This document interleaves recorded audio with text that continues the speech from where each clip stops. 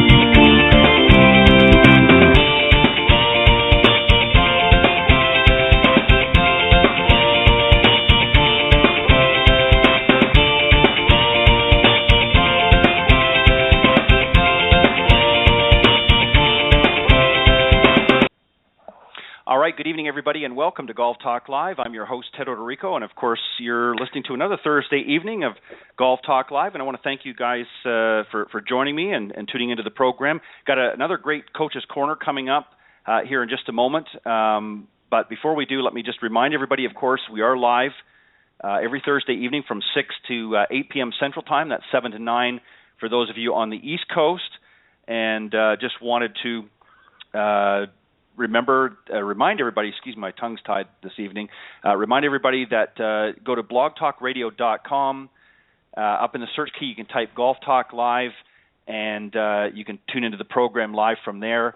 If you happen to miss tonight's live broadcast, you can go to that same link, blogtalkradio.com/Golf Talk Live, and what you can do is you can scroll down through the on-demand section and visit any of the shows that you might be able to previously have missed. Excuse me. Later in the show, I've got great guest Bryan Dixon from Wyndham Vacation Opportunities. He's going to be joining me here. He's going to be talking about the Mike Campbell. It's the 5th annual Mike Campbell Golf Tournament, which is benefiting the Ann Stork Center, and I'll tell you a little bit about the Ann Stork Center a little bit later on. But tonight, as I said, we've got a great show, got a Coach's Corner panel here, and let me just bring the guys on here, and we'll get started. First up, of course, is Scott Seiferlein. He's been on the show a number of times, both as a guest and also on the panel several times as well. He's a PGA golf guru at GrandRapidsGolfLesson.com, and he's also the author of several books. He's from the Grand Rapids, Michigan area, and we're going to bring him on here in just a second. Also is Scott Millman. He's a master teacher professional and the owner and president of the Simple World of Golf, as well as the co-owner founder at the Millman NRG Foundation, which helps many of the wounded veterans out there with a lot of the great charity work that he's doing. We're going to let him talk a little bit later on in the show about some upcoming events that he has a little bit later in the summer. Also, Brian Dobby, he is a PGA professional at the Montclair Golf Club up in New Jersey. So we got 3 guys from the Northeast on the program tonight. Looking forward. Guys, welcome to Golf Talk Live. How are you, Ted? Thanks for having me on the show. This is Brian. Oh, Brian. Okay, it must be Scott then. That's not on the show. Scott Millman. I was wondering. I knew there was one of you hadn't made it, and somebody was trying to call in on a different line, and I wasn't sure. And I guess that was you, Brian, that did that. Correct? Yeah, I got tied up teaching Ted, and I couldn't get to you, and I just got on. So I'm glad I made it. Not a problem. Then obviously Scott Millman's not with us right at the moment. Hopefully he'll be able to join us here a little bit later. But guys, let's just start with the show anyways, and I'll keep an eye out for Scott as hopefully he'll be able to join us a little bit later on as time goes on. As I was mentioning to Scott Seiferlein, of course, he was the first one on tonight, and Scott, I was mentioning what we're going to talk about tonight was about confidence. And one of the things that I think we need to do first off is really talk about what is confidence. So I'm just going to read something out very quickly here, and then we're going to talk a little bit more about it. Confidence, basically, it's a feeling. It's about trust and belief in your own abilities and decisions, and expressing those beliefs and decisions under challenging circumstances. You know the feeling of confidence. You're playing great, and everything is going right for you. There is an easy belief in what you're doing. And we also know the other feeling, which is a lack of confidence, and it's where you just don't have it, or nothing seems to be going right, and there's little faith in what you're doing. So we obviously have confidence, and we have lack of confidence. So having said that, Scott, I'm going to start with you. The first question I have is confidence proactive or reactive in most cases, do you think? Well, that's a loaded question, isn't it? I'm throwing you under the bus. You certainly try to make it proactive, but many cases it is very much reactive, based on seeing some success and then starting to say, "Oh, wow, I can do that." And as you see more and more success, you say, "Oh, wow, I can do that," and your confidence slowly starts to build up at a higher and higher level. Certainly, we would like it to be proactive. We would like it to be like the book in The Secret, and there's a movie made on that book, The Secret, about if we see it and believe it in our mind that it will happen. And every day I'm confident a new red Ferrari will arrive in my driveway. There's not one there, because I still have to make the right decisions in business and in life to be able to make the kind of money that would produce a red Ferrari in my driveway. So there's a combination of, we want to try and be proactive, but at the same time, confidence comes in a lot of cases from seeing the result, which is reaction. Right. Well, let me just give you, Bryan, before I get you to chime in here, let me just give you guys an example here of really sort of the difference of proactive and reactive. A great example is, first off, great athletes tend to be proactive with their confidence. A good example, of course, is this year's Master winner, Jordan Spieth, who, of course, walking to the first tee at Augusta National before the final round, you can certainly rest assured that he was reminding himself of how well he's been playing so far in 2015, and has built a foundation really since the age of 12 that has been able to handle the sort of the lead, if you will, on Masters Sunday. So what he's done is he's done things throughout early parts of his career in preparation for that day. He knew that at some point he wanted to play in the Masters, and I don't want to say he willed himself to play, but he sort of prepared himself. And as a result, proactive confidence, just to summarize what Scott was saying, is a decision that you will be sustainably confident from all of the great positive experience that you have in the game, and hopefully there'll be many, and all the work that you have done in your game and coaching and support from others is the foundation and belief in yourself as a golfer. Your confidence will not be shaken by small, unavoidable cycles of not, playing your best. And on the other hand, there are some players out there. Bryan, I want to ask you this question. Have you got an example that you can think of, maybe either on a professional level or maybe even with some of the students that you worked, where you've seen a player, maybe a top-level player, that sort of had his or her confidence shaken, and maybe you can explain a little bit what's happened and what you noticed in their demeanor, if you will? Sure. Ted, I think in golf, especially at a high level, I think your confidence comes from actually doing and performing and seeing the shot at hand. And I had this one player where his mechanics started getting off a little bit, and he started hitting errant shots where he usually would expect a good result, and then it kind of manifested into a bigger problem where he really couldn't hit his wedges anymore. This is what was going on. And what happened was, his mechanics were getting worse, and then he started hitting worse shots, and then his confidence would go down, and then he started to get lost. And we kind of got him back on track by refixing the mechanics, getting him some success in hitting that shot again, and we could see his confidence growing, and then started to perform under pressure and getting that success, and that would get his confidence back. But it can go either way, and we talk about preparing mentally and being positive and stuff. We can do a lot of that, but until you actually do it, under a pressure situation that you're in, I think you're going to get more confidence from succeeding in that task, so to speak, Ted. Yeah, exactly. Well said. Let me ask you guys this, and Scott, we'll go back to you. Obviously, we talked a little bit about this, but a lot of golfers have lost their confidence, and really this happens every day, even among some of the best athletes in the world. For some reason, they aren't playing well, and the foundation of confidence that they've built over the years suddenly disappears. A few mistakes become the basis for their confidence, and after reminders of their confidence about everything that they've achieved and all the work that they've done, there's sort of that aha moment, and the confidence mysteriously returns. Has there been a moment in your career, Scott, as an example, where whether as a player or even as an instructor, where you momentarily lost that confidence, but then were able to regroup? And what were some of the things that you did in order to reestablish that?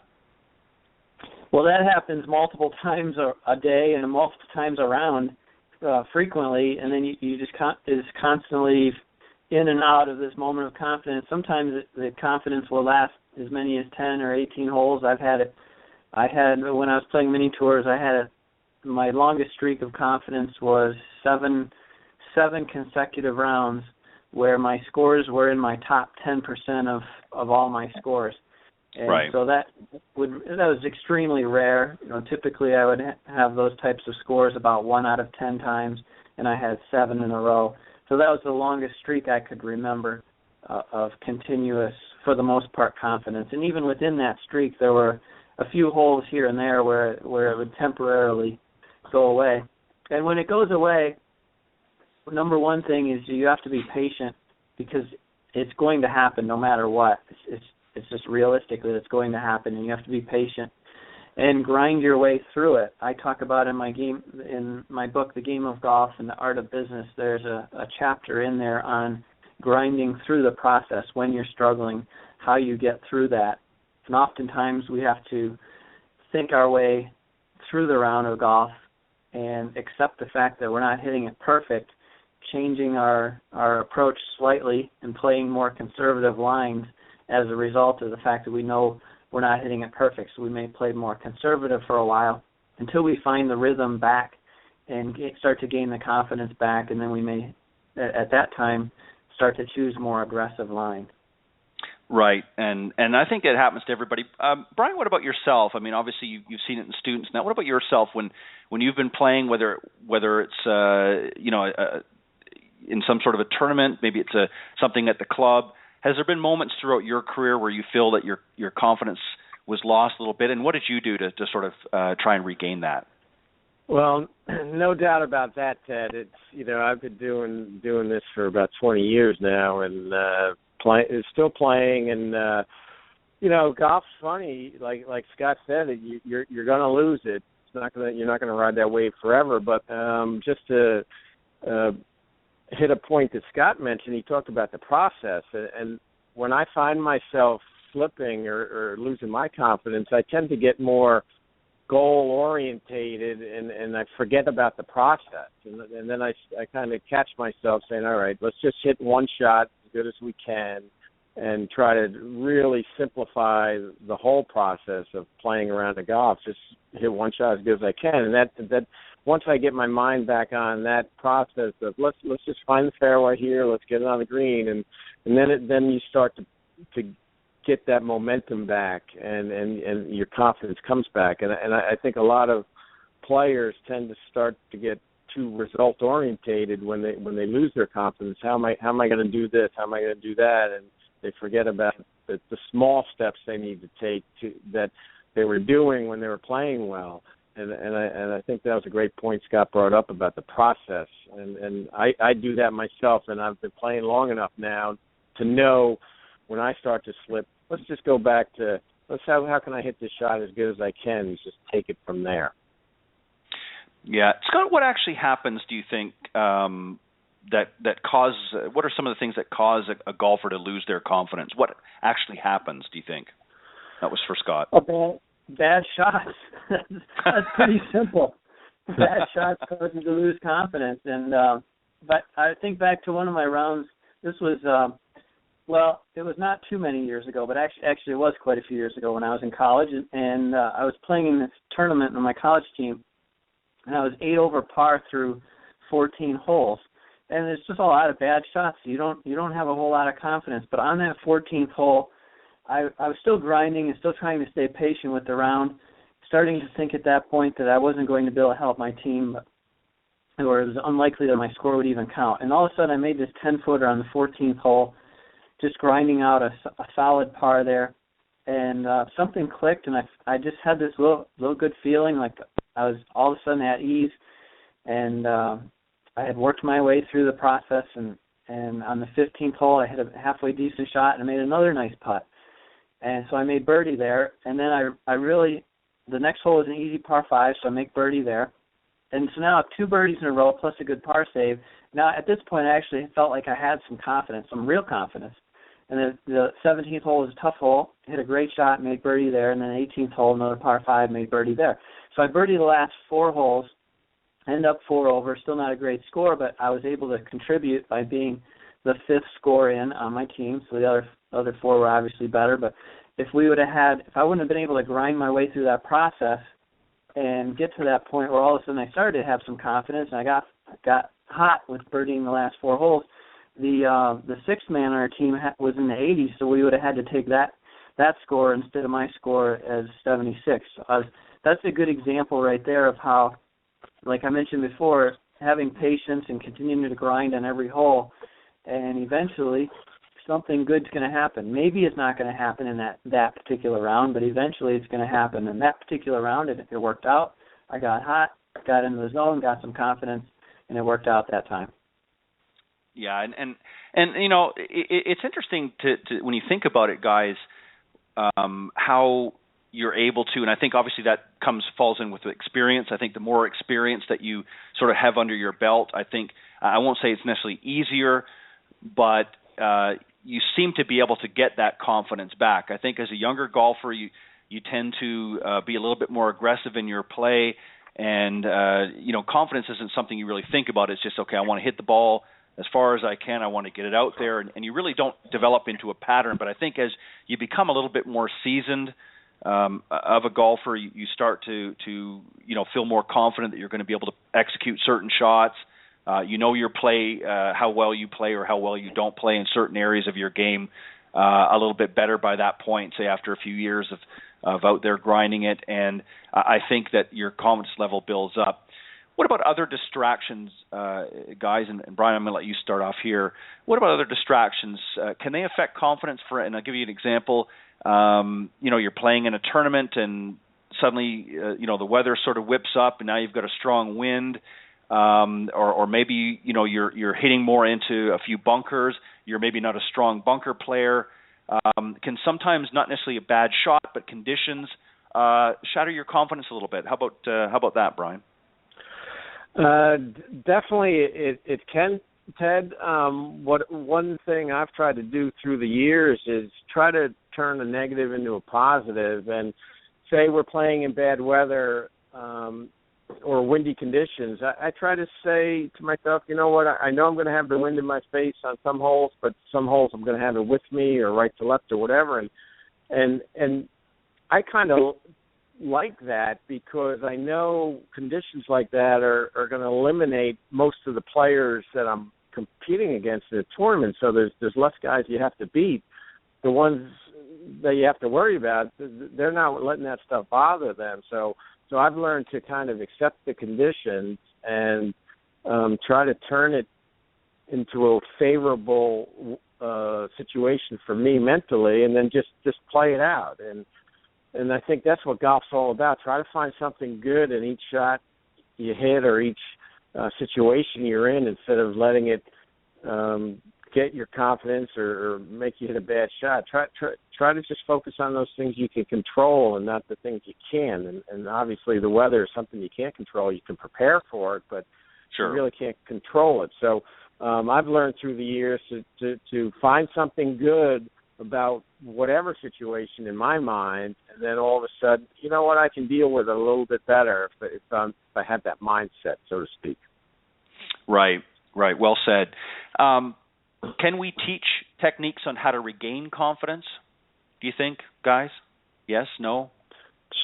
I'll jump in on that one. Yeah, I think the answer is yes, but I think it really depends on the task at hand for the level of player. So you want to get somebody at whatever level they're at to start doing things that they're capable of doing, hitting certain shots that they're capable of doing, and all of a sudden they're getting those successes we've been talking about, and that's going to raise their confidence. You don't want them trying to execute shots that are a little beyond their ability or ones they haven't hit, and that's going to actually work in the opposite direction. So I think yes, as long as the task is up to their ability, so they can build off of that. Right. Well said again. We obviously know that we can. So how do we build a golfer's confidence is really the $1 million question. How do we do that? How do we help a golfer? Certain things obviously can be learned on their own, and it is up to the individual because it is technically an individual sport, even though there are some team situations as Scott talked about earlier. But essentially, we're playing on our own and under our own ability and our own steam. So we have to find ways of building that confidence, but that doesn't mean a good coach or teacher can't help along the way. So some of the things that you need to do, and I'm going to talk about them here, and guys, I'm going to get you to jump in and talk about them individually a little bit. It's important to continually build the foundation so small short-term failures won't penetrate your long-term foundation. So here are some things that we can do to work on your confidence and build it. So here's, as I said, a few key ideas. Scott, I'm going to start with you, and then Bryan, I'll sort of rotate off with some of the others as well. Preparation, as they say, build it and it will come. What are some things from a preparatory standpoint can you do to help build somebody's confidence? Well, having a routine, number one. That's a great way to prepare. So you're consistent in your routine before each shot. You're also consistent before the round on the systems that you put in place, what you do, the timing of those systems. Those are all things that are very important, and preparation is a great word. I'm thinking back to, I believe it was maybe your 2010, 2011 era when the Oregon Ducks first became number one in the nation in football. And their coach, they had a game on ESPN that night, and their coach was interviewed before the game. Chip Kelly was their coach at that time. Mm-hmm. And the reporter said, are your players feeling any pressure playing in their first game as a number one ranked team in the nation? And without any hesitation, he looked at her and he said, pressure is what you feel when you are not prepared. And I was like, right. Wow, that's just right there. Boom, there it is. Absolutely, you must be prepared. And so that's a great word that you use there. And the more prepared you are, the more you're going to have a routine and system in place, and then it's so much easier to be confident, number one, that you're doing the right things, you're following the right processes. And then when things start to go sideways on you, you can stick to that routine. You can go back, okay, I'm going back to my routine, and let's stay focused on the process. And when you follow that system, you can get the confidence back quicker than you normally could if you didn't have that routine, that preparation, and follow that system. Right, and very well said as well, Scott. Thank you. Bryan, how about, again, we talked about this a few moments back about being proactive. What are some of the ways, I can think of one here, making your practice functional and relatable to the shots you might need on the course? For a competition, having a plan. What are some things? Talk a little bit about being proactive. In other words, what do we do proactively to help build our confidence? That's some of the things that we're going to do physically or even mentally to build our confidence.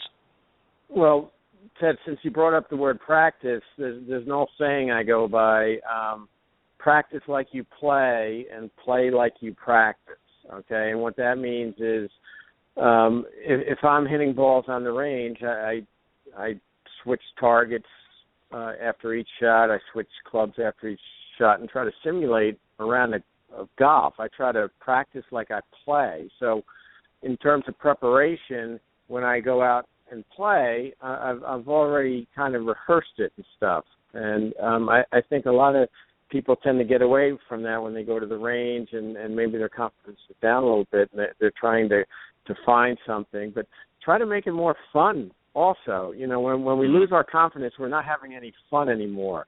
And what I'll do is to shock a player, hey, let's go out and play 9 holes and only bring 3 or 4 clubs with us. So that's forcing us to hit certain shots, okay? And then it also forces us to make less decisions. If I only have 4 or 5 clubs with me, all of a sudden, hey, I've got to hit this one, or maybe we'll bring our 5 favorite clubs or 4 favorite clubs, and all of a sudden you start to hit shots, and your game starts to come back, and you're having more fun too, and that'll raise your confidence level. I think when our confidence is down, I don't think anybody's having fun with golf, whether they're competing or playing recreationally.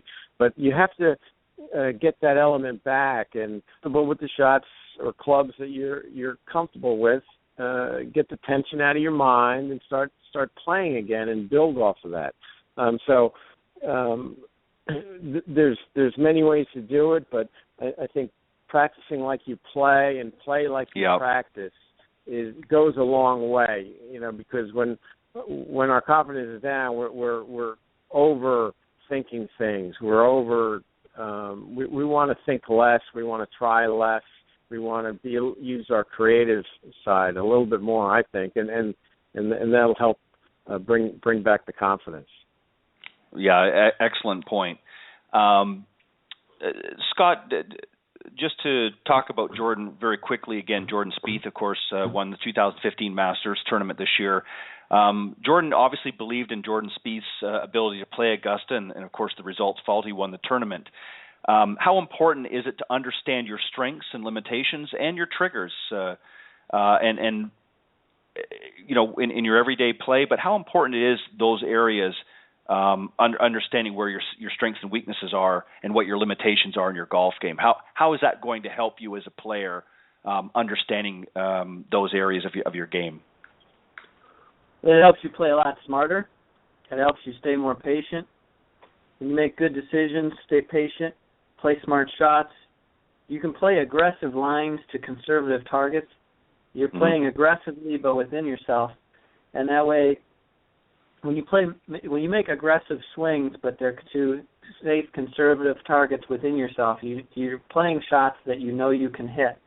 It gives you more confidence. When you're playing shots that you're like, well, maybe I can pull this off, but maybe it's high risk, then it puts a lot of pressure on you. And certainly once in a while you're going to pull that off, but more often than not, you're not going to pull that off. And as you hit more and more shots you don't pull off, your confidence slides. Sure. It's hard to get it back. I have in my book, The Game of Golf and Art of Business, there's a chapter 5 is on the 90%, I call it the 90% escape rule. But it can be applied to it really could be applied to any golf shot that you're going to hit. And the rule is that if you're in the trees, you want to look for an escape area that you believe you could pull it off at least 9 times out of 10. So I understand there's some risk in every shot in golf, but we want to have, that's my example of picking a conservative line that you can be aggressive with. You want to be confident that 9 out of 10 times you play that shot, you're going to be able to pull it off. If not, you need to pick a different line, a different type of shot. Pick one that you believe you can pull off 9 out of 10 times. And that when you use that concept and that idea, it becomes much more it builds confidence. And I know Butch Harmon worked with Phil Mickelson on that, where Phil would hit shots that he believed that, I guess Phil believes he can pull anything off, but he was hitting shots that he might be able to pull off 4 out of 10 times, 2 out of 10 times. Obviously, with somebody like Phil, you're not going to be able to convince him to play conservative lines all the time and hit a 9 out of 10 shot all the time. But I really believe that Butch got him from a majors standpoint to play in the majors. More often, he was playing shots he could at least pull off 6 to 8 times out of 10 versus a lot of those shots that he had prior 2, 4 out of 10 times. So that helped his confidence in majors significantly. Yeah, and I think, too, it goes back to what Bryan talked about, being proactive as well. I think understanding your strengths by getting out there and practicing both on the course and while you're on the course, practice, on the range, if you will. I think what it does is it gives you an idea of where the strong points of your game are. If, as I mentioned earlier, if you're maybe somebody, if bunker shots are something that are a little bit scarier, those are things that you need to be working on when you're on the range. Obviously, hopefully you're going to be confident enough when you get out on the golf course to handle those. But if you're not, don't be practicing all the time your go-to shots while you're on the range. I mean, anybody can do that, and that's certainly they have to be practiced. And if hitting a power fade is something that's in your repertoire, by all means, you want to keep working on that. But don't spend 85% of your time hitting that power fade and spending 5% of your time or 10% of your time on all the other shots that you don't hit so well, because what's going to happen, you get out on that golf course and you're 95% of the time, all those other shots you're not practicing are going to happen when you're out there.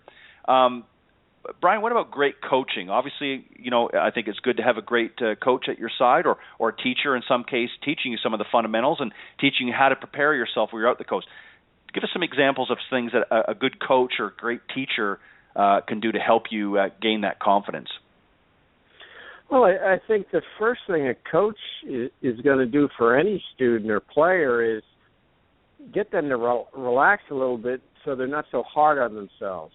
Typically when we lose our confidence, we tend to beat ourselves up a little mentally. But if you were the coach and you had a player performing like you were doing, what would you say to them? You would say, you know what, it's okay, let's try that again, and try to encourage them to get back to the process and hitting a good shot, trying to not have them beat themselves up so much. So I think a good coach would definitely direct that student or player in that direction. The other thing is, I think a good coach would be try to take the pressure off the player. Hey, let's, if you knew you were going to play good in your next 5-6 events, would you really be worrying about how you're playing right now?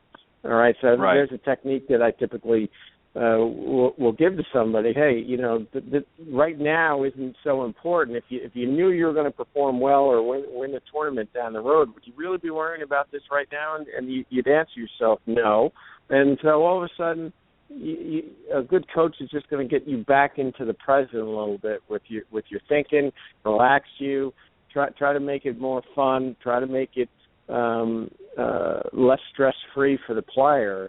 And if you've been working with that player or coach a while, you're going to know each other's nuances and stuff. And that's how I would bring them. I would let's take the pressure off. Something, let's make it easier, more. Less tension on the subconscious, and just start playing and having fun. Be a better coach to yourself, and if you don't have a coach, be a better coach to yourself. How would you talk to yourself in a coach's way? Right. And you can, there's a lot of things that you can do. And that's a great point, because not everybody's out there necessarily taking lessons or working with a coach, and for one reason or another. And obviously I think that, if you want to be a better, more accomplished player, I think it's a good idea. There's a lot of great professionals out there that you can certainly find doing a quick search on the internet. You can certainly find, and then obviously you don't want to just take the first one that comes along. You maybe want to go and interview them a little bit. We've talked about that on shows before. You want to interview that person. But I think the main thing, too, that a coach has to be, it's not just about teaching golf or teaching how to play out there, but there has to be a sense, and Bryan, you touched a little bit about this, where the player, the coach believes in their abilities as a player. And that goes a long way in helping bolster confidence in that player. If he knows that coach believes in him or her, that can make a huge difference.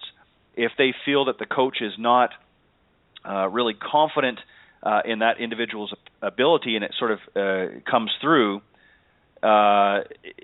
then what I want to be able to do is I want to be able to reassure that player that I trust their decisions, I trust what they're doing, and in areas that I know that they're weak, then I'm going to try and help them with that in order to gain a comfort level, so that we can add that to the pile, if you will. One of the other things, Scott, and we kind of talked a little bit about this, is we want to be able to create a clear and defined goal or plan. So, and I'm talking, of course, about the player. So this is something that a coach or a teacher can do. So, Scott, talk about something that the coach can do to help you as a player create a clear goal and define what goal do you want to have in your play, and let's get a game plan together. So let's talk a little bit about that. Well, that changes significantly depending on the level of the player, and it goes back to your comments about the coaches being confident in the player. Coaches have to adapt to every level of a player, and they have to adapt quickly, especially if they're coaching one after another on an hourly basis like a lot of them do. So you may have a situation where you're working with somebody who might be a 60 handicap in 1 hour, and then a 4 handicap in another, and a 30 handicap in another hour. And you have to be confident with the 60 handicapper that they have the ability to become a 50 handicapper, because you're probably not going to have the confidence that they're going to be a +3 anytime soon when they're a 60 handicap.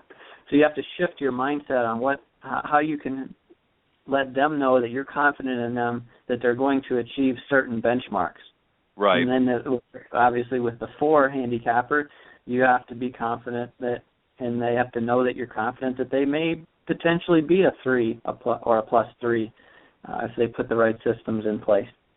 So I think that's important for the coaches out there, that they have to dramatically shift their mindset when they're working with different levels of players. As far as putting systems into place to be able to achieve those goals, there's one system that I use, and I teach about 15% of my clients are brand new golfers who've been told by their company that they should be playing in a company outing and playing some business golf. They've never played before. They have no confidence. They don't even have confidence in where to park and how to drive a golf cart and which end of the club to hold and all that. So I take them right away over to the putting green, because the putting green is the area you can get confidence the fastest. And unlike traditional coaching where people are taught the grip, the stance, the alignment, and the posture, and they're taught the setup processes, I don't teach setup right away. I put them at 1 foot and I teach speed control. Because if you can start to establish some speed control with a new golfer, you're putting a system in place where they can quickly gain confidence. And I use a 5 or better rule. You have to score 5 or better from inside of 50 yards before we do anything else. So I'm working with a new golfer right now at this moment, and she is so confident early on in her ability. We're just 3 sessions in. We've gone through speed control on putting from inside of 5 feet. We've gone through aim point green reading strategies, so she understands how to quickly read the green even as a new golfer with her feet. And then she understands how to control distance now on longer putts. We've gone 25, 30 feet. So she's gaining that confidence that she can for sure make 3 putts, and oftentimes make 2 putts from pretty much anywhere on the green, and she's only 3 weeks into learning the game. So that's an example of a process that I have in place for newer golfers, and now that we're in the 3rd week, we're starting to go off the green, hit some chips, and some 15, 20, and 25-yard pitches. Yeah, that's a great thing. I like that, and that's one of the reasons that Scott, I talked to you when we were off air about one of the reasons why I like doing this program is this is a great way not just to help the students that might be tuning into the program, but also some of the other coaches that might be looking for ways to help new ways to help their students. As opposed to some of the traditional things that we've all sort of been taught over the years. And there's certainly, there's nothing wrong with that sort of traditional things that we've been taught, but I think sometimes we have to learn new ways of engaging with the students. Otherwise it gets a little bit too, boring and monotonous. Bryan, what about yourself? What sort of things with some of the members there at Montclair do you do to try and create a plan? You've got some players that maybe play in the club championships, or you've got maybe some corporate events and things like that. I know that you've got players as well that you like to get a game plan put in place to help them maintain their confidence, so that when they get into these events, they're not sort of falling apart. So give us maybe an example, if you will, and certainly you're welcome to reference a student. You don't have to give any specific names, but maybe some students that you've worked with where you've had to do similar to what Scott has done. What are some things that you've done at Montclair? Well, one of the things I've done, and the students I've had for a while now, I do a lot of evaluating with my students, specifically in the short game. Like I've given most of my students a short game test. It's a 100-shot test, and I've got to give credit to Jerry Tucker down in Florida. Jerry, I was lucky enough to know him and take lessons from him, and he taught me his short game testing. But through the evaluation, I can pinpoint the strengths and weaknesses in somebody's game, and my students that I've had a while, we have something to go back on and say, okay, your wedge game is way off here, or your sand game's off, or we need to work on your lag putting or your short putting and stuff, and then that gives us a little game plan of, okay, what do we need to attack to make the whole better? Okay, maybe a few of the pieces of the golf game are a little off, and let's work on those, and then all of a sudden the whole gets better, and that's going to get the scores down, get the confidence going, and stuff like that. So my game plan for any of my students is find out where they stand through some type of evaluation, and then, all right, this is what we need to work on. This is going to give us our starting point, and then establish some short-term and long-term goals for them to reach. So maybe if their putting average is over 36 putts around, let's say the next 5 rounds or so, let's try to get that down to under 36, maybe 33 putts around, and give them these mini games to play or mini goals during the round. Let's hit if we're averaging 5 or 6 fairways, let's try to get 6 or 7, and if we're only hitting 4 or 5 greens, let's try to hit 6 or 7 next time. So play these games in the game and try to hit these little mini goals, and all of a sudden, by doing that, your scores are going to be coming down. So that's how I game plan with my students at Montclair, and we try to play little games within the game of the 18 holes, Ted. Excellent answers, both Scott and Bryan. Thank you for that. I think one of the reasons I wanted to talk about confidence is, it's very easy to focus on making good shots and focusing on the physical part of the game. But emotions play, as we all know, as we learn, as more and more of this becomes available in the golf industry, about emotions and about inner feelings and things like that, how greatly it can affect the game. And I think that one of the things that can really affect the game is our own internal voice. And I want each of you to sort of maybe touch on this a little bit. Scott, I'll start with you. Obviously, we want to be able to create a positive, supportive internal voice. What are some things that you do yourself and that you do to help encourage the students to have that, because that can make or break a golfer, in my opinion. If they're not able to sort of create that positive reinforcement inside, and they're constantly negative and negative thoughts coming in, it's going to be very difficult to overcome some of the challenges they might. So I want each of you to just take a moment, if you will, and talk about that. Scott, starting with you, and then Bryan to follow. Yeah, I go back, and now as an experienced player, I've had many successful golf shots, and I remember those. I don't remember any of the bad ones I hit. So I always go back and replay those good ones and what that feeling was like and what kind of mindset I had during those golf shots, and then I try and reproduce that in different scenarios.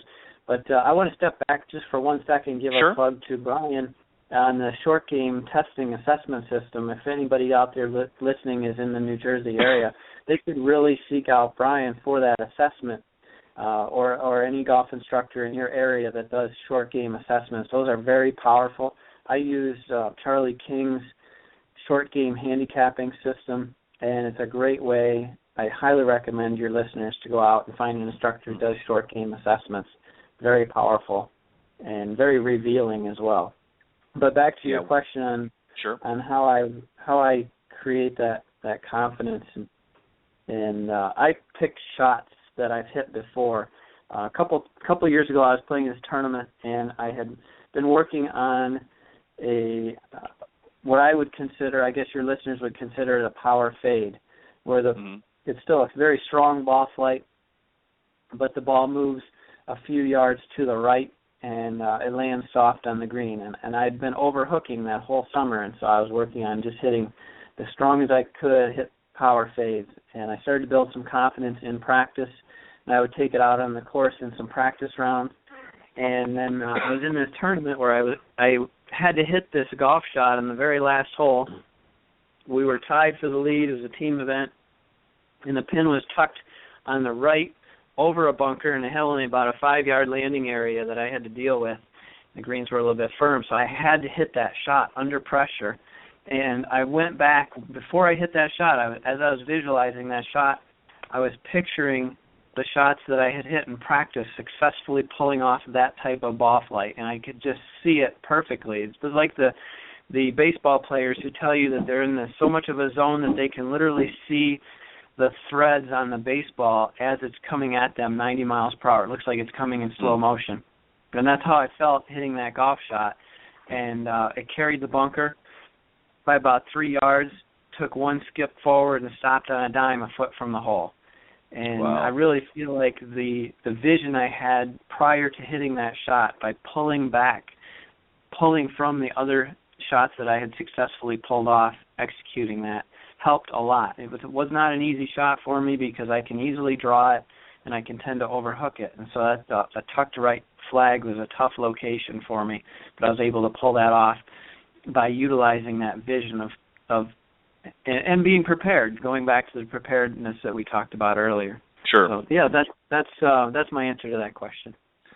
And obviously, when you're able to create those types of shots through obviously trial and error, both on the range and while you're out there playing for fun, you're able to build that inner voice, if you will, and sort of be able to reassure yourself to say, hey, I know I can do this, and I feel confident that I can execute this shot. So that internal voice, excuse me, that internal voice is able to mimic what you physically able to do. It's able to now reinforce with good thought patterns and that. Bryan, what about you as well? What are some things that you've done? And again, if you want to use a student, that's fine.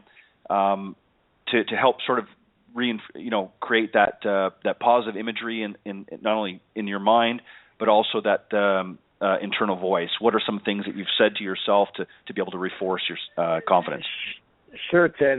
Well, first thing I want to reiterate what Scott was saying about having a long-term memory on your good shots and a short-term memory on your bad shots. And I always stress that with my students. And they sometimes they tend to dwell on the bad shots, but tell me about a couple good shots you had, and then all of a sudden you start feeling good about it.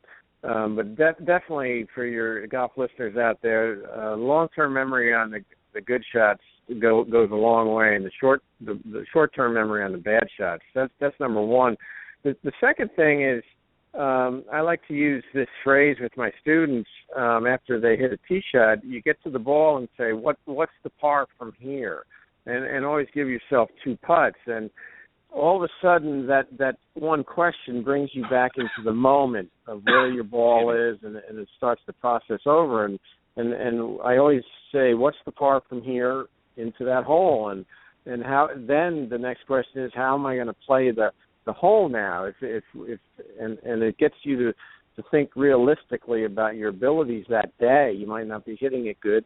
Maybe it's a par 4 from here instead of a par 3 or whatever. And then all of a sudden it gets you thinking about playing the shots, staying in the process. I think that's really important.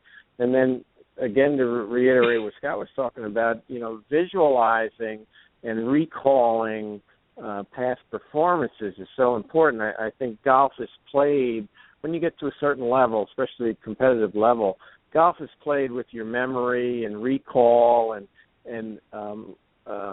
hitting shots you've hit before, and you tend to recall them before you hit the actual shot. That's part of your pre-shot routine, is to recall something, see it happening, and then go in and do it again. So that definitely gets you out of the result-orientated part of the game. You want to have process goals instead of result goals. And those are a couple things I do, Ted. Visualizing, long-term memory on the good ones, and what's the par from here also keeps you away from big numbers, the doubles and triples. It kind of grounds you and says, all right, at worst I might make a bogey here, but it's going to keep me from making that shot that's going to cause a big number. And that's part of scoring low. You can't have those doubles and triples in your round of golf. Those are a couple things I would do. Excuse me. Exactly, and I agree. Again, both excellent comments, guys. Thank you very much for that. I'm not going to really talk about focusing on the good shots because we've covered that quite a bit here throughout the process, and we've only got a few minutes left here. But I do want to say this, on good shots. Ben Hogan, who certainly was considered to be one of the greatest, if not the greatest, ball striker of all time, and again, it depends on who you ask, but he felt he hit about maybe 5 to 6 shots that were great in a round that he felt were great. Obviously had many misses, which we all have. But he agrees, or certainly agreed with what both of you said, and that is to focus on your good shots and accept that there are certainly going to be some misses, but don't dwell on them. And I think, and I'm sure you both would agree, this is probably one of the biggest areas of problem. Everybody focuses on being the best ball striker and being able to hit the perfect shot, and there really is no perfect shot as far as I'm concerned. There's a perfect shot for the moment, perhaps, but there's been a lot of players over the years that didn't have the greatest swing, maybe didn't execute the best shot but had a great result nevertheless. And I think what happens is the average golfer out there tends to focus on all of the really bad shots out there. And, we'll certainly talk when they get in the clubhouse about that great shot they hit on hole number 4.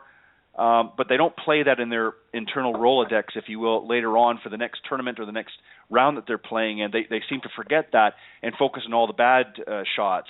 So I think that we've talked about that, but do you agree with that, guys, that generally as a rule that I think that's one of the problems that most golfers face is they're focusing too much on the negative side of their game and not focusing, as both of you have indicated, on their good shots and using that as a springboard to playing well? Oh, yeah, absolutely. And, golf's a funny game like that, even with athletes that have succeeded in other sports. I'm reminded of a quote by Yogi Berra. He said, one time I was complaining that my shot was going to wind up in the water.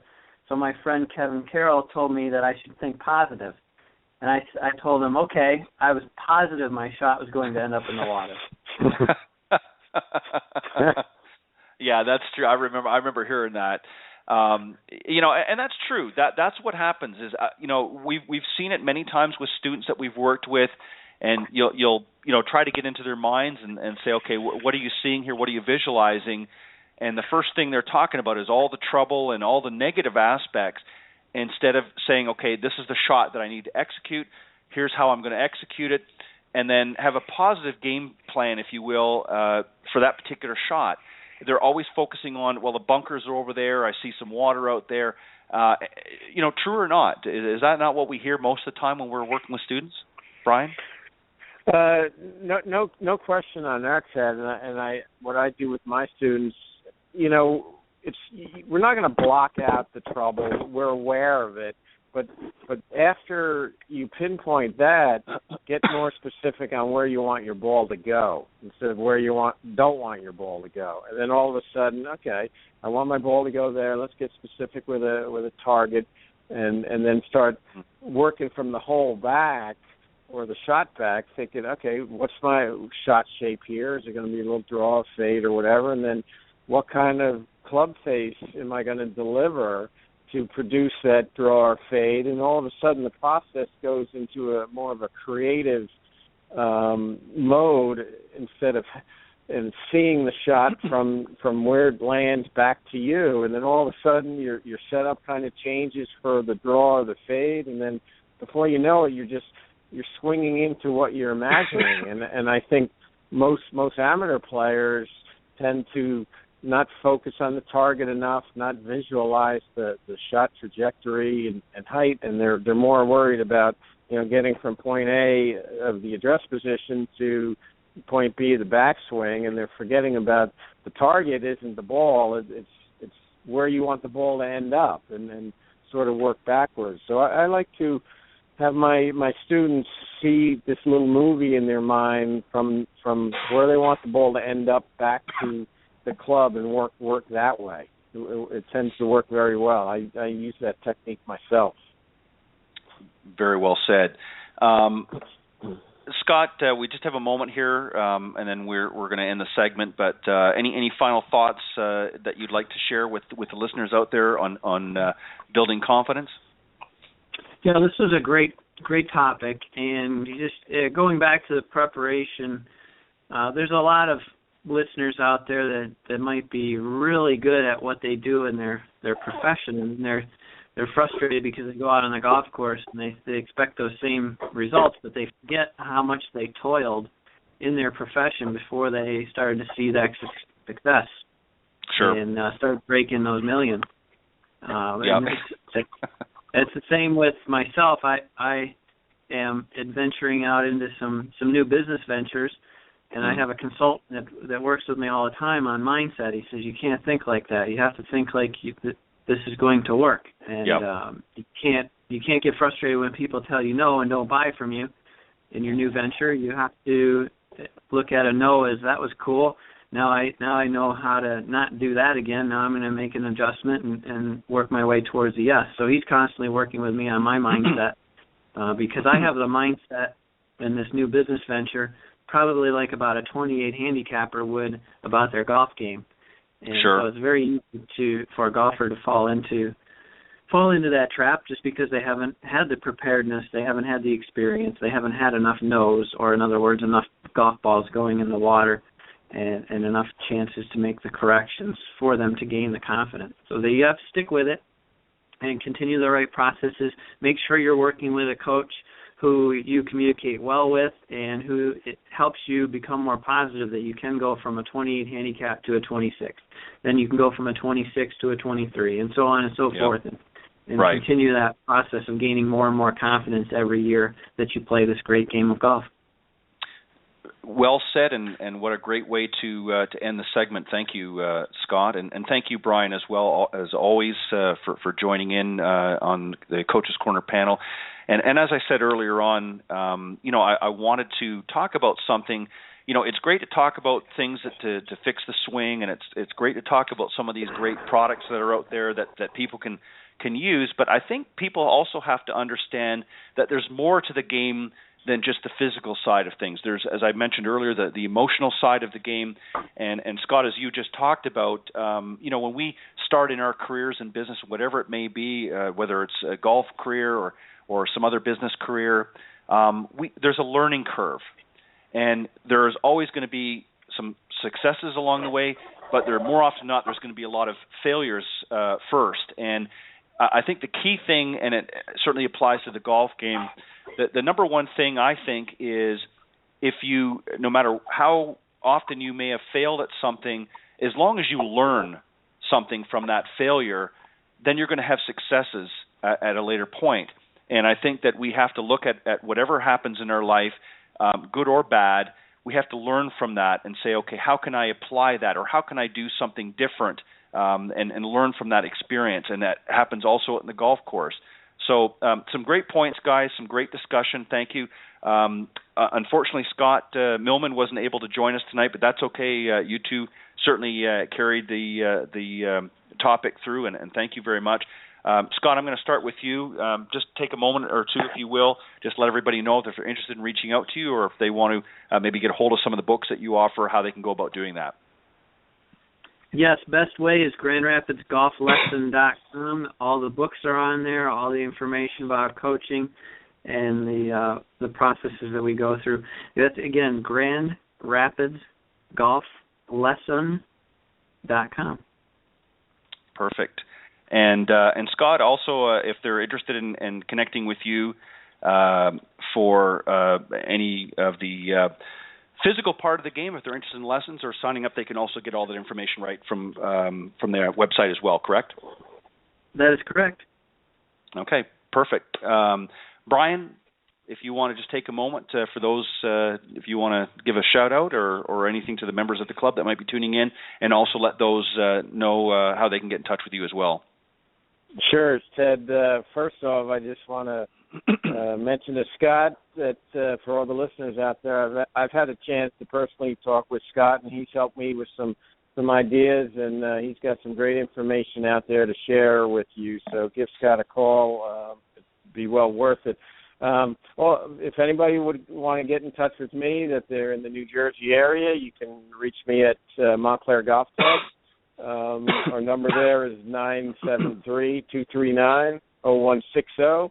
And if you want to reach out to me personally, my email address is briandobbypga@yahoo.com. And if you're up in the Northeast here, if you're looking for help with your short game, I'd be glad to take a look at you or work on your full swing, and I'd be glad to help you out. And Ted, shout out to you. I've been lucky enough to be on your show a few times now, and believe me, I learn more from your guests during the night than they're ever going to learn from me. So it's always an opportunity for me to listen along as I answer your questions. So I really appreciate the opportunity, Ted. Thank you so much.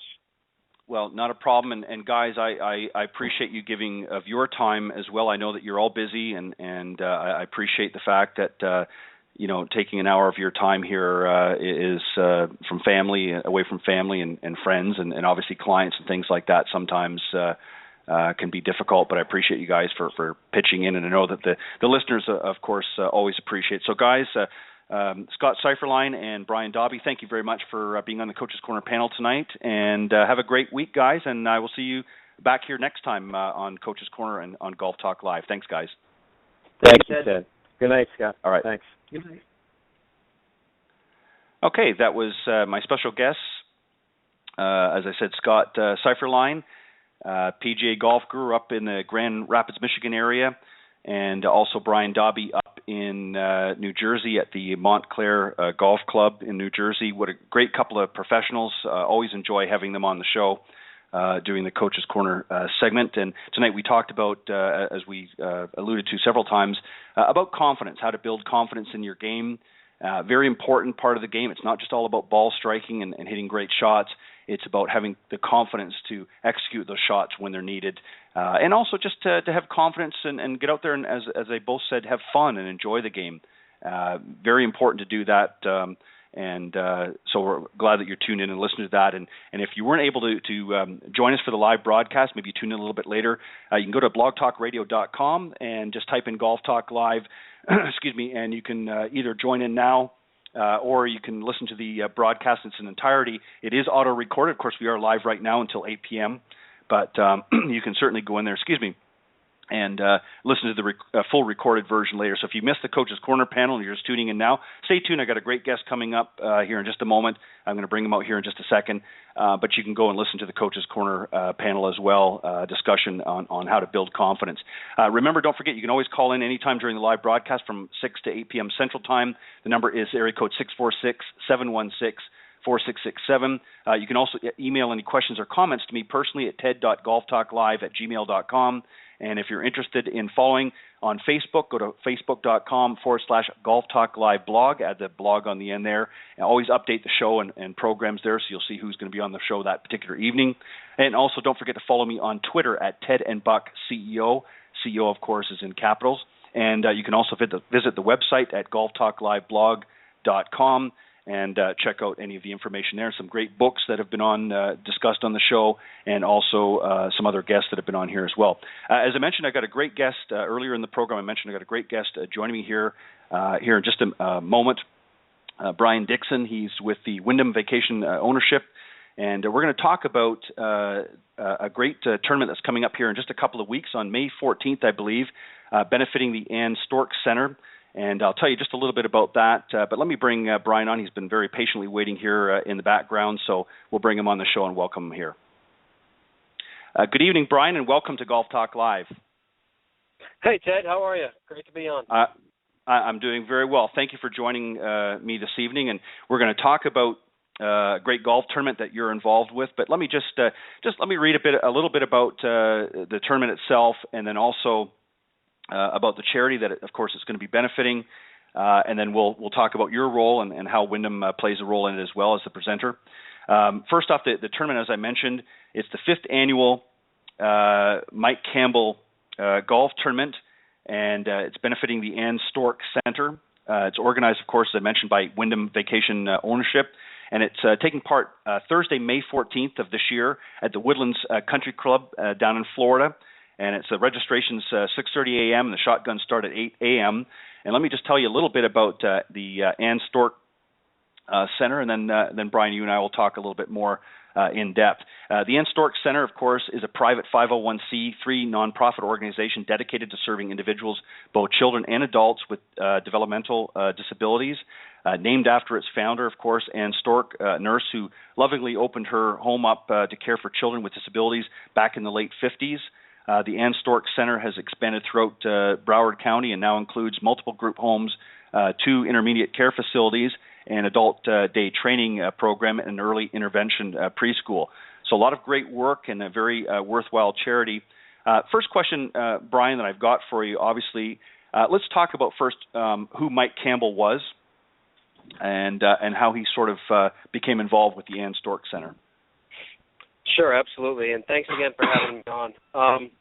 Mike worked for us for Wyndham Vacation Ownership for quite a few years. He was the area chief engineer, and essentially, what Mike was responsible for was make sure that all of our resorts run, to a high level. So he oversaw all of our resorts in South Florida, as well as in the Caribbean. Mike just had what we call in Wyndham a count on me spirit, and He took his spare time to take care of our associates, to make sure that they had everything that they needed in their personal lives, as well as in work. One of the great things that Mike had done for us is back in I think it was about 2010, Hurricane Earl had gone through and just wiped out our resorts down in the Caribbean. That was, of course, one of Mike's regions. And, we had a number of associates down there that had no running water at their homes, that had no power, that, were just in a very, very difficult situation. When something like that happens, it's easy for, Mike lives in South Florida.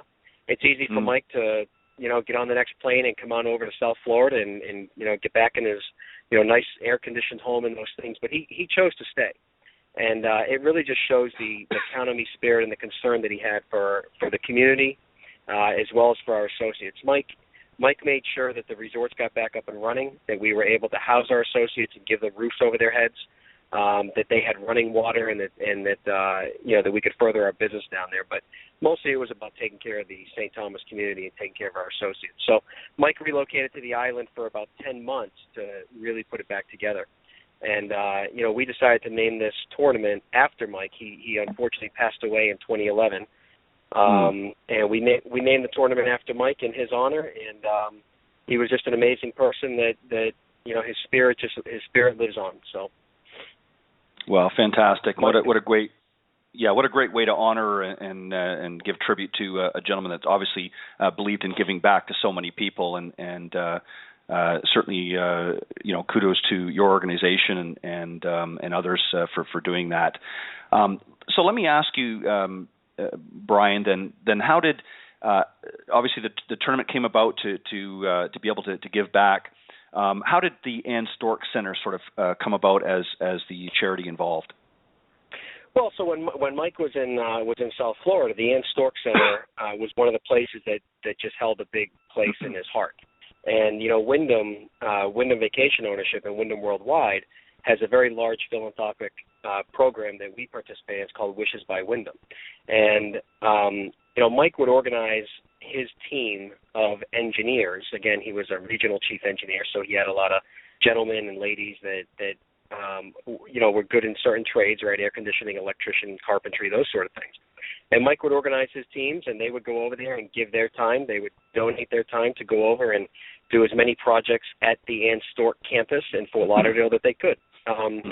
They completed things like landscaping projects. They did a lot of beautifying type of work in the children's playground.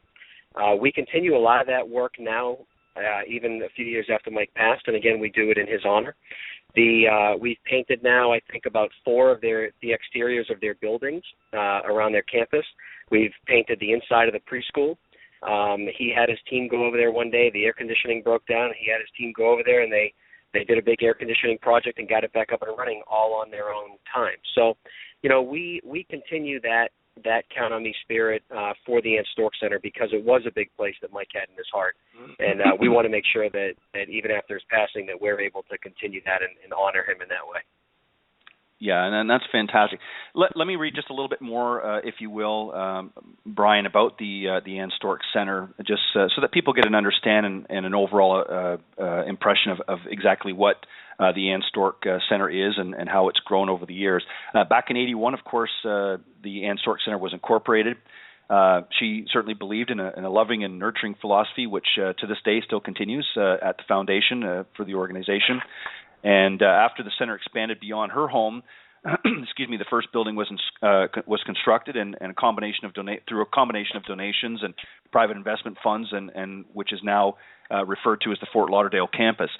From '84 to '94, it opened up the Pembroke Pines Intermediate Care Facility in conjunction with the state of Florida, and the site is currently home to 24 adults with obviously severe disabilities.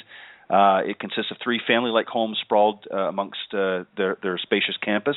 In '94, ACS, the Ann Stork Center, opened up 4 group homes, which became part of the family services. One of these homes included the famous Gizmo House, technologically advanced home which supports individuals to exercise their independence through assistive technology. The Gizmo House features tables and countertops that move up and down, curtains and bedroom floors that open and shut, and even a pantry that rotates according to the individual snack of choice, and so on and so forth. To learn more, of course, about that, they can check out the feature on CNN. Has a feature on that on YouTube, so they can go there.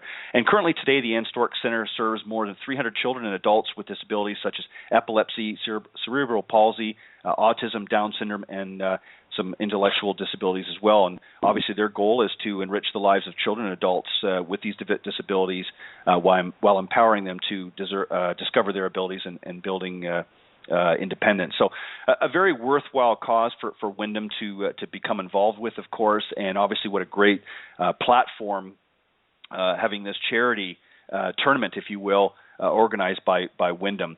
So how did again, obviously we know sort of how the tournament came about. We understand the partnership with Wyndham and of course the Ann Stork Center.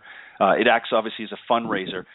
You have several levels of sponsorships in addition to you as the presenter. Is it too late if somebody wants to sort of jump in as a sponsor, or is it pretty much filled for this year? No, we'd actually love to take a few more sponsors if anyone's got the interest in it. So we have 2 spots left to fill up the entire roster. So even if there's an organization out there that's interested, they would like to give back to their community for a wonderful cause. We have 2 spots left, and I can give you the contact information. You can also go to the Ann Stork Center website, which is AnnStorkCenter.org, to sign up and put in a foursome. We have some silver sponsorships. Those come along with a foursome, lunch, some play variety gifts, and we have some gold sponsorship as well. And again, we would love to have some more sponsorships come out. Last year, Ted, we raised just over $53,000 for the Ann Stork Center, and this year we're hoping to do the same. Now, what's important about that, and I want to point out, is that the tournament itself, we have about 40 of our employees in South Florida that volunteer to put this tournament together. So they do everything from handing out bottled waters to greeting people when greeting golfers when they come in and helping to move bags and things like that. And the tournament itself will raise about $25,000 on the day of the tournament. Wyndham Vacation Ownership matches every donation that we get. So if we break our own record, Wyndham is happy to match that donation. And so every sponsorship, every foursome really helps out to raise additional money. So if somebody comes out and they donate a $500 foursome, it really just turns your donation into $1,000. And it's really just an amazing thing. I'm happy to work for a company that's willing to do that. It's a very big commitment. Fantastic, and I like that. I think it's great. I think any time, whether you're a business owner or a business, I think that when you can give back to your communities, I think that says a lot. And having said that, Bryan, what I would like to do, obviously, I would be remiss if I didn't give you an opportunity to talk about Wyndham vacation opportunities a little bit here. I know we're wanting to focus on the tournament and the Ann Stork Center, but I want to give you an opportunity to talk about Wyndham because your organization is a presenter of this tournament, and so I want to give you an opportunity just for those that might be listening that are not familiar with what it is that you do and what it is that you offer. I'll give you the floor and just talk a little bit about Wyndham. Sure. Well, Wyndham Vacation Ownership, which is obviously who we work for and puts on the tournament, we have over 185 resorts in the continental states. We have over 200 resorts worldwide, all in the vacation ownership division of the hospitality industry.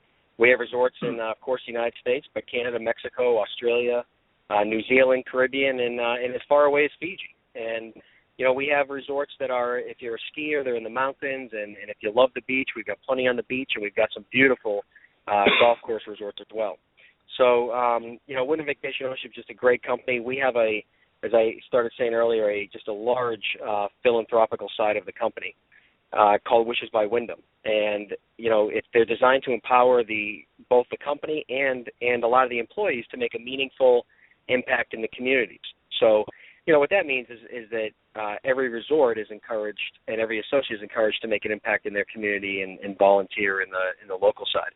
Another great thing that Wyndham does is that they offer every one of their associates in the company a paid day off to go and actually volunteer within the community.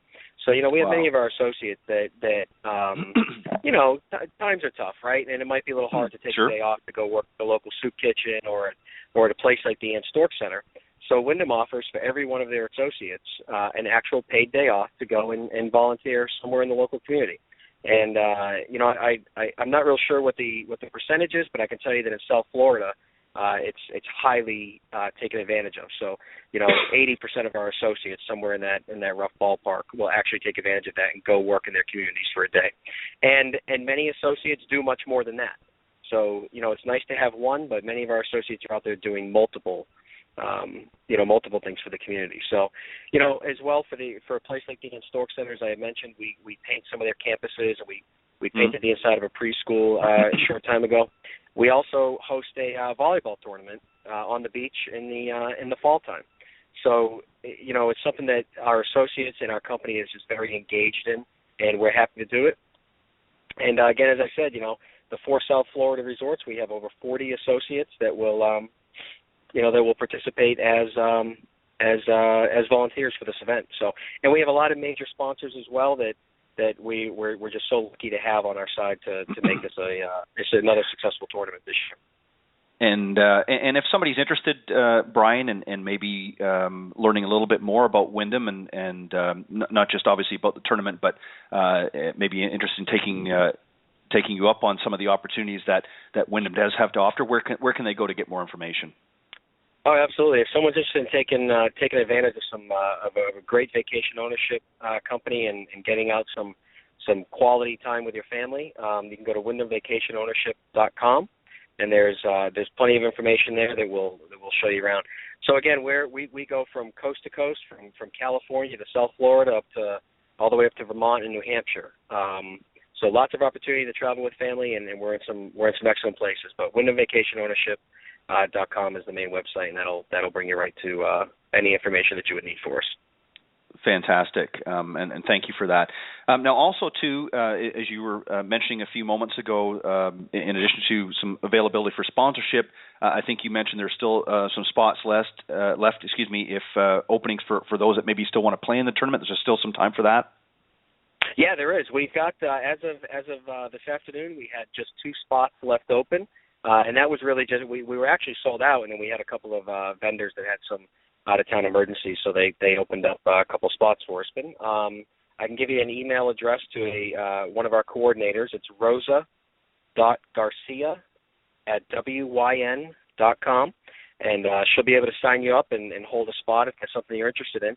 And again, we've got another gold sponsorship available. We have We have a silver sponsorship available. And, if there's a company out there or an individual on the line that would like to, donate in another way and they're not able to come to the tournament on May 14th, we have a raffle after the tournament, so we'll always take some donations for raffle prizes. They can be, again, rosa.garcia@wyn.com can help to take those donations. And, if you're local, we can have somebody pick them up. And, also some silent auction items. We've got a great silent auction with a lot of different sports memorabilia, some great artwork, jewelry, paintings. A couple of years back, I'm not sure if we'll have it again this year, but we had some awesome boxing gloves signed by Muhammad Ali himself. Wow. So just some really, really cool stuff at the tournament afterwards. So, again, we'll take donations for any raffles, silent auctions, anything out there. But, hey, golf's a great game. It brings us all together.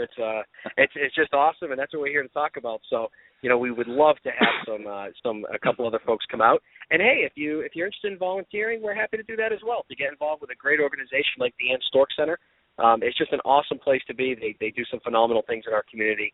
If you ever get a chance to get down to South Florida and visit the campus of the Ann Stork Center, I promise you it's a once in a lifetime experience, and you get an amazing appreciation for what these people do, for the children in our community. It's something that'll warm you up real good. Yeah, and well said, Bryan. And let me I'd be remiss if I didn't also thank Joni Knight, who, of course, helped set up this interview. She reached out to me a couple of weeks ago through another guest of mine who was on a few weeks ago and heard that she was coming on the program to promote another tournament, and decided to reach out, and I was able to accommodate her and move some people around, if you will, and I was happy to do that when I heard what Wyndham was doing, and of course the charity that was involved. I was more than happy to accommodate you guys here sort of last minute. So I'm glad to do that and share that with my listeners. So Joni, if you happen to be tuning in tonight, I know you're busy working on some things for the weekend, but thank you very much for reaching out and connecting Bryan and I here on the show tonight. Having said that, let me just say this, Bryan, I think what Wyndham is doing, and of course what Mike has done in the past, and it's very sad that he's no longer with us, but I think you have a great tournament, certainly a great partnership through Wyndham, and certainly for a worthwhile cause. I think any time, as I mentioned earlier, that we can reach out and help others in whatever capacity, whether it be through volunteering, our time, or doing a fundraising tournament like this to be able to give back to those that maybe are in a position that have some challenges, whatever they may be. I think it's a fantastic thing, and it says a lot about not only the center itself, but also about Wyndham Vacation Ownership and all your team for stepping in and doing that every year. Absolutely, thank you, and it's a pleasure to be able to do a tournament like this with an organization like the Ann Stork Center, and again, to have 40 plus of our associates come to volunteer their time is just amazing. We have we've got a lot of support coming down from our corporate office as well. Our chief operating officer, some of our senior vice presidents. They're all coming from as far away as Orlando. We have people coming over from Puerto Rico to play in this thing, and that's really how popular the tournament itself has gotten. And it's just great to have the support all around. So, Ted, the other thing I'd like to just say is that there are some come on as a sponsor.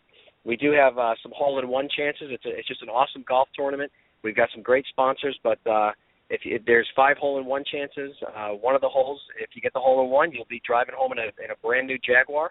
Wow. Another hole-in-one is $10,000. So. $10,000, then I get you a nice down payment on a Jaguar, I think, right? Yes. And a nice down payment anyway. And on the other three hole-in-ones, you've got a chance for $2,000 for a chance to win. So there's a lot of different opportunities out there to come on and play. And we've got a putting contest, some long drive challenges, closer to the pin contest. So it's really well put together, and it's just going to be a great, fun day. Yeah, and it certainly sounds like that, and obviously somebody that's been in golf as an instructor and somebody that's been around the game for a long time. As I said a moment ago, I think any time that we can do something in the industry, that's one of the great things about golf, Bryan, is that there's so many great people out there in the business that understand the benefits of giving back. And golf has really been, in my opinion, a leader. The golf industry has been a leader and a champion in doing some great fundraising tournaments, both at the elite level with the PGA and LPGA tours and things like that, but also the many teacher professionals around the world that have their own tournaments and things like that, and other organizations such as yours at Wyndham that use golf really as a tool to be able to raise funds for some of these worthwhile causes. And it just says a lot about the industry as a whole. It's like another industry out there. There's certainly a lot of other charities and organizations that do charity benefits and that, but I don't think there's any sport in my mind that does it as well as golf. The PGA Tour, as I said, the LPGA have raised literally over $1 billion in the last couple of decades towards the charities that they work for. So it's certainly something that I think has been a proven fundraising tool. What's been some of the feedback over the last few years since you've been involved? We started the tournament. Like I said, this will be our fifth year, but we learn we've never put on one of these tournaments before, and I'm certainly a golfer myself. I love the game of golf, and I love what you said about the game of golf, LPGA and PGA giving back. I think you're spot on. But in the first year, we put the tournament together. I think it was we learned quite a bit. We're not professional tour operators, right? I mean, we don't do this necessarily for a living. We've gotten some great help from a lot of professionals along the way. But we did the tournament the first year, and we raised just about $8,000, and wow. We've come a long way, raising over 50. In 5 years, we've been able to grow that tournament by 6 or 7 times what we did in the very first year. So we were able to change things around a little bit, and but I will tell you that the folks that played the first year are still playing now in the fifth year, and we've taken the feedback and we've just gotten better and better, and it's a returning squad of many of our vendors in the area because a couple of years ago Mike worked with a lot of these people. So we have a plumbing company, for example, that services many of our resorts in South Florida, and they come out to honor that memory. And we have a company called Kogan Consulting, right, and they do a lot of the renovations for our resorts, and they come out and they've been playing again with us for about 5 years. So the feedback on the tournament has just been outstanding, and we're very lucky because the Ann Stork Center team will actually bring some of the residents to the golf tournament. And fantastic. It's great to see, and it really is awesome, and it's great to see them come out into the community, and for our members and for our vendors and for our players to be able to see exactly what it is that they're supporting. I think it makes a big difference when you can really see what you're supporting and how you're helping the community. I myself have been to the Ann Stork Center many times. We continue to volunteer there with our staff. So, for us, and the reason I think most of our staff are so engaged in this tournament is that we've been to the center and we see the good that these folks do. So for the Ann Stork coordinators and volunteers to be able to bring some of their residents to the tournament is just an absolutely huge impact. And I tell you, the smile on their faces when they see the tournament, it's just awesome. Yeah. There's one young lady there, and gosh, I apologize, I forget her name, but she does just these awesome paintings. And she comes every year and she talks about her paintings, and we raffle them off or we do them in a silent auction, and they always raise a couple extra dollars. So it's a lot of fun. Well, fantastic. Yeah, that's fantastic. Yeah. And see, that's what as I was alluding to earlier, that's what I love about the game of golf is there's so many opportunities to number one, help those that maybe are a little less fortunate, but also make them feel like they're part of the community, because they are part of the community, and we have to do what we can to give back. So that's why I was very happy to accommodate Joni and yourself and allowing you to come on the program here. My program, of course, goes not just here locally around the United States, but obviously reaches around the world. So there's people that may be able to help. So if again, let's just give them an opportunity, those that might be tuning into the program tonight or that may tune in a little bit later on after the live broadcast. For those that, as you mentioned earlier, for those that maybe cannot come over or maybe aren't able to make it to the tournament, if they want to donate to the charity or help out for the cause, again, how can they do that? What's some of the best ways they can do it?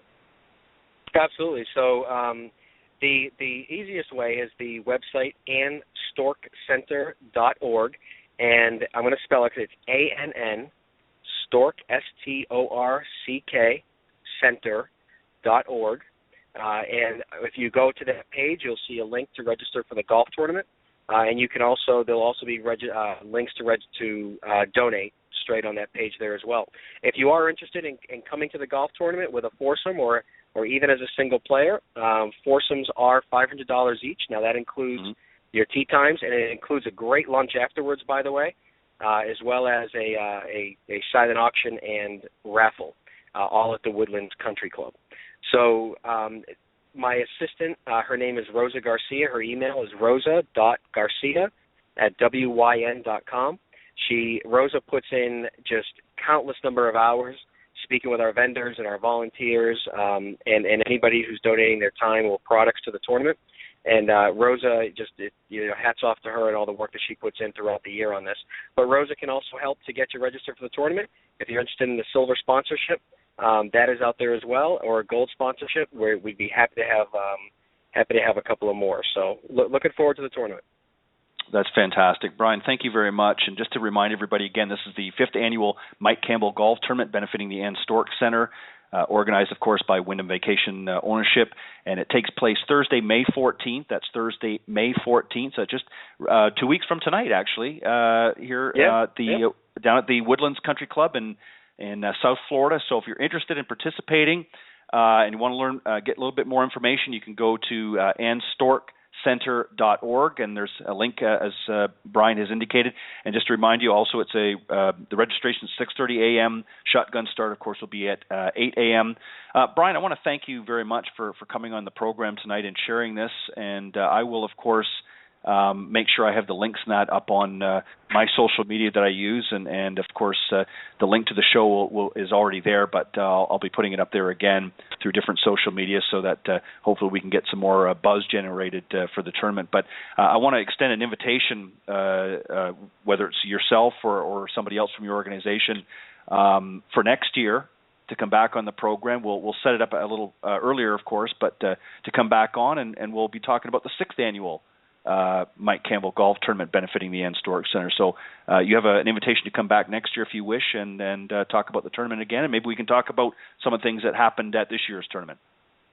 Great, we absolutely will. And Ted, I really wanted to say thank you again to you and to your radio show. And I just think it's awesome that the participation in this really goes a long way, and just to be able to get our name out there and potentially some more sponsorships and a little more for the tournament for a great cause. Much appreciated. We thank you as well.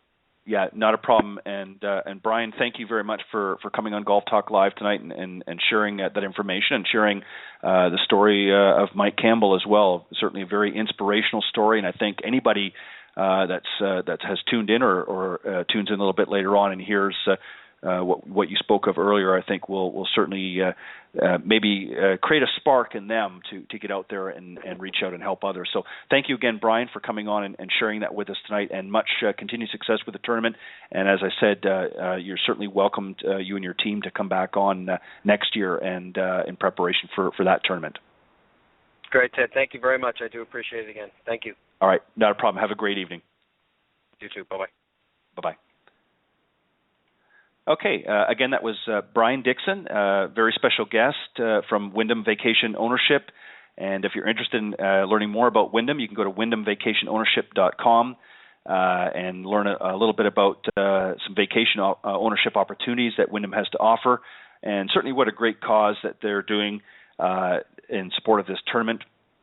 Mike Campbell, as he mentioned, was a former employee, if you will, of Wyndham, and just had a kind heart and decided that he wanted to give back to his community and do for others and in many ways, and getting involved, of course, with the Ann Storck Center as well. And again, thank you, Joni Knight, the Special Events Manager at Ann Storck Center, for reaching out to me here in the last couple of weeks. More than happy to accommodate you and help in any way that I can. And if you're interested in learning more about the tournament, again, you can go to www.annstorckcenter.org, and that's spelled ANNSTORCK Center.org. You can learn about the tournament there if you're interested in jumping in as a last-minute player, or if maybe, as Bryan had indicated, there are still some sponsorship opportunities still available. You can learn and find out how to go about doing that. Still plenty of time left. We've got a couple of weeks left, so guys, do that. Certainly go onto the website and help out anyway. And if you're not able to make it to the tournament in a couple of weeks, whether you're here in the United States or around the world, there is an opportunity to give back. These young men and women and families that certainly have some difficult challenges there certainly could use your and my help at the Ann Stork Center. So please consider giving a donation if you're not able to attend the event. And if you're not able to attend this year, but maybe are going to be in the area or would like to attend next year, I'm sure they'll be more than happy to work you in for next year. But in the meantime, maybe you can do something now to help give to these individuals at the Ann Stork Center. So please do so. Again, the website is www.annstorkcenter.org. And again, the tournament is the 5th annual Mike Campbell Golf Tournament benefiting the Ann Stork Center, organized, of course, by Wyndham Vacation Ownership. And again, that date is Thursday, May the 14th, 2015. That's just two weeks from tonight. And it's being held at the Woodlands Country Club at 4600 Woodlands Boulevard down in the Fort Lauderdale, Florida area. Registration, again, is at 6:30 a.m. Shotgun start will be at 8 a.m. So great tournament, great cause. And again, I want to thank my special guest, Bryan Dixon from Wyndham Vacation Opportunities, for coming on and sharing a little bit about that tonight. Again, I want to thank my Coach's Corner panel tonight. Unfortunately, Scott Millman wasn't able to join us tonight. I know he had some other obligations, but we'll get him back here again real soon in another opportunity. But I want to thank Scott Seiferlein and Brian Dobby, of course, for joining on the Coach's Corner panel tonight. And thank you guys always for your input, and I appreciate you taking time from your busy schedules, as I said, to do that. And I certainly... pardon me, been nursing a little bit of a cough here the last couple of weeks, so forgive me for coughing through the show. But I want to take this opportunity to thank all of my listeners worldwide for faithfully tuning into Golf Talk Live each and every week. I get a great amount of pleasure and enjoyment of having a number of highly talented coaches and teaching professionals, authors, and entrepreneurs, and special guests like Bryan Dixon tonight from Wyndham, coming on and talking about some great causes and tournaments that they've put together to help those causes. It's through their efforts and stopping by the program, through their participation and guest appearances, that help make Golf Talk Live a first-class show. So thank you to all of those, both current and past, for coming on the show. And I'd like to give a special thank you, since I've got a few extra moments. We're going to end the program a little bit earlier than normal tonight.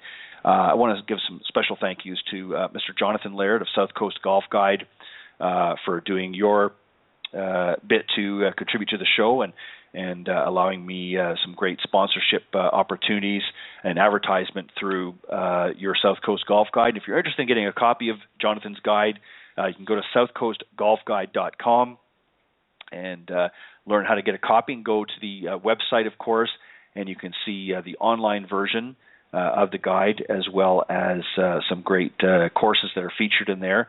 Again, go to southcoastgolfguide.com. If you're interested in advertising, go to Jonathan. You can email him, at jonathan@southcoastgolfguide.com. Some great advertising opportunities as well. Just let Jonathan know that I sent you here from Golf Talk Live, and I'm sure he will be more than happy to take care of you. It's a great guide. It's a pocket guide that is distributed throughout the Southeast and abroad, and has some great courses here in the southeastern part of the United States, virtually from Texas all the way over here to the northwest part of Florida. Lots of great courses in there, and lots of other great opportunities in there as well to talk about golf. So if you're interested in getting in the guide, or if you just wanted to pick yourself up a copy, you can go to pretty much most of the golf courses here throughout the southeastern part of the United States that carry the guide, and some of the major resorts as well are carrying it as well. But if you don't happen to be down the area, and you're maybe up north and you're thinking of planning a trip sometime here in the next little while, and you want to know what some great golf opportunities are here in the southeastern part of the United States, just go to southcoastgolfguide.com, and you can put a request in there to have a copy shipped to you, and Jonathan will be more than happy to send a copy up to you if you're not down here in the immediate near future. Also, I want a special thank you to Meredith Kirk of Meredith Kirk Golf.